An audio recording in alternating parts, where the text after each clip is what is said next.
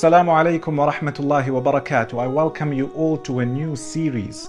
In it, bi'idhnillah, we'll be discussing finance and money matters. A person may ask, why finance and money matters? In Surah Al-Ma'idah, Allah Jalla wa Ala says, Al-yawma akmaltu lakum deenakum.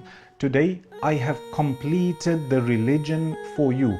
Umar ibn al-Khattab radiyallahu anhu says, I became extremely happy when this verse was revealed, so much so that I know exactly when it was revealed and where it was revealed. It was revealed in Makkah, in Hajjatul Wada', the farewell Hajj. This verse, many of us use it when arguing and debating with those who claim to bring new innovations in the religion. This is correct. However, it also means that if Islam is a complete religion, as we claim and as we believe it to be, then when it comes to contemporary issues, contemporary masail, there is some sort of guidance that's been given to us by Allah and His Messenger.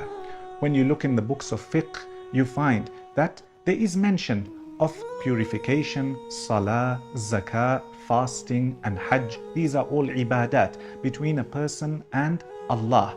However, there's also a portion, there's also a chapter which speaks about kitabul buyu', buying and selling. So to answer the question, why finance and money matters, you'll find that this is generally the longest, if not the longest chapter in the books of hadith, as well as in the books of fiqh and jurisprudence.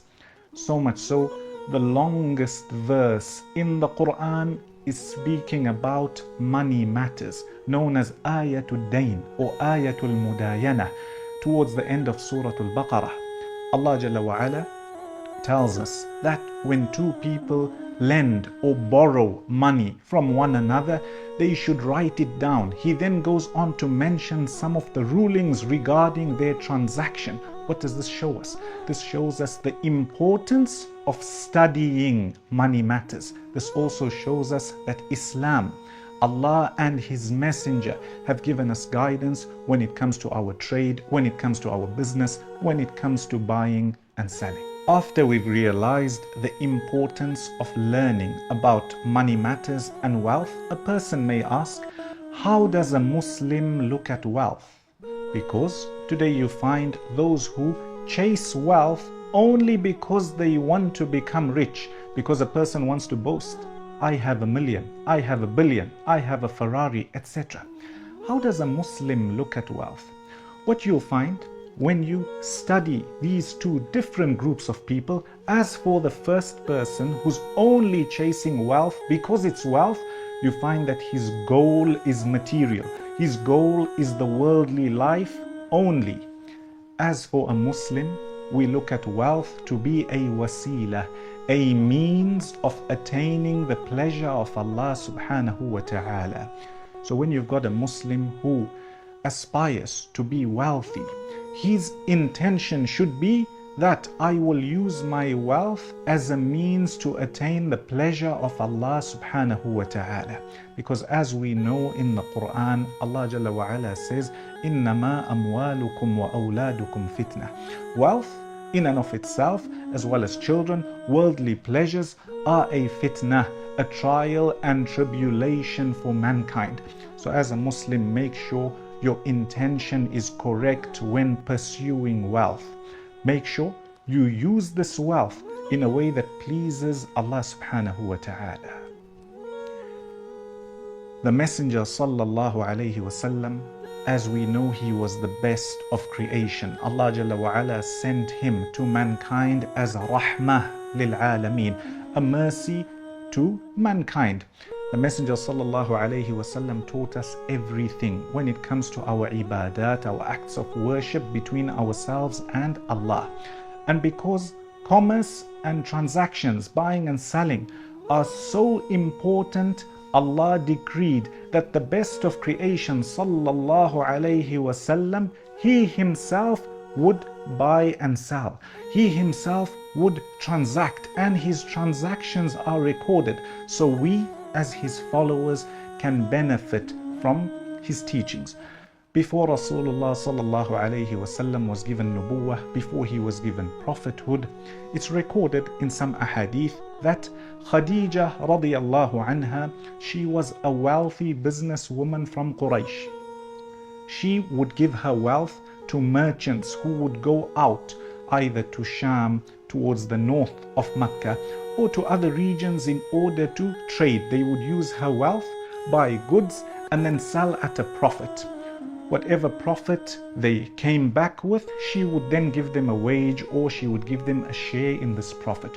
On one occasion, she chose Rasulullah sallallahu alayhi wasallam to go with her wealth in order to trade. She sent him with one of her workers. The Messenger sallallahu alayhi wasallam, on this journey, he went, and it's recorded that because he was so honest and he brought back a large profit, the worker who was with him, he got back to Khadija radiyallahu anha and narrated to her what happened, how honest and upright he was. And some of the scholars mention this was one of the reasons why she wanted to get married to the Messenger sallallahu alayhi wasallam.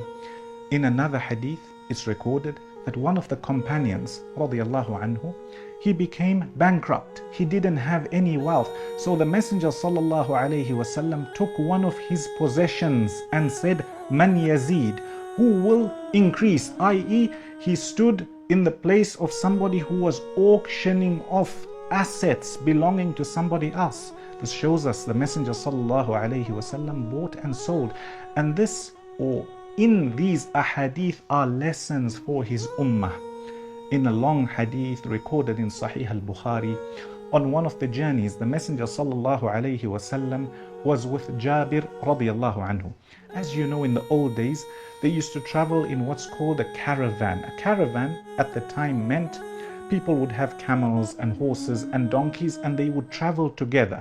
Generally, those who had the best camels, the fastest of horses, would be in the front, and those whose animals were slightly weaker or older, they would be towards the back. So the Messenger sallallahu alayhi wasallam, being the leader who he was, he would be with everybody. He would worry about those in the front, those in the middle, those at the back. So he finds Jabir radiyallahu anhu, one of the younger Sahaba, he finds him at the back. And he looks at his camel and realizes that this camel is very old and slow. So the Messenger sallallahu alayhi wasallam taps the camel and it starts to move. It goes faster and it goes all the way to the front. Eventually the Messenger sallallahu alayhi wasallam tells Jabir radiyallahu anhu, "Sell me your camel," and he mentions a price to him. Jabir radiyallahu anhu tells the Messenger sallallahu alayhi wasallam, "As for the price, I'm not really happy with it," and they start to bargain. Some of the scholars mention that this shows, as a Muslim, it's permissible for you when you're buying a product to bargain. Eventually they agree on the transaction, they agree on the sale. When they reach Medina, the Messenger sallallahu alayhi wasallam tells Bilal radiyallahu anhu to get the wealth for Jabir ready. He eventually gives him the fee agreed upon, and he also returns the camel to him. So Jabir radiyallahu anhu is surprised. He tells Bilal, "Has the transaction been called off?" And the Messenger sallallahu alayhi wasallam says, "No, I didn't want to shortchange you of your camel. I didn't really want to buy it. I wanted to help you." So he gives him back his camel as well as the wealth. The scholars have derived many different benefits from these ahadith mentioned in order to teach us how to buy, how to sell, how to transact. So as a Muslim, study the transactions of the Messenger sallallahu alayhi wasallam and know that this wealth is a wasila. It's a means of you attaining the pleasure of Allah subhanahu wa ta'ala. Also, when looking at the lives of the Sahaba radiallahu anhum, you'll find those who chose zuhd. They were completely detached from the dunya. They didn't want anything to do with wealth. And then you find those who were business people. They were businessmen, very wealthy. However, the wealth was not in the heart. They were not attached to the wealth, Rather, they used their wealth in a way which pleased Allah subhanahu wa ta'ala.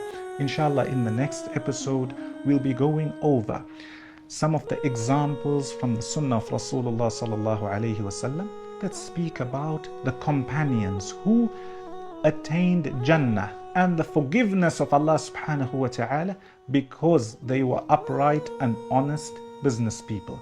It's important for us to study the hadith of the Messenger sallallahu alayhi wasallam as well as the lives of the Sahaba radiyallahu anhum.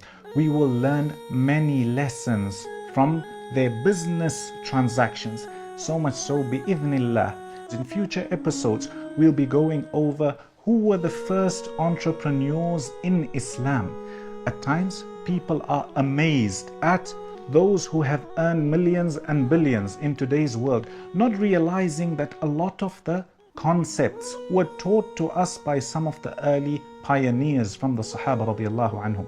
We'll also be going through zakah and sadaqah, compulsory charity as well as voluntary charity, some of the rulings. Also, how does a Muslim increase their wealth? Inshallah, we've got 7 ways we'll be discussing that bi'idhnillah, if a Muslim practices, this will increase his wealth by the permission of Allah subhanahu wa ta'ala.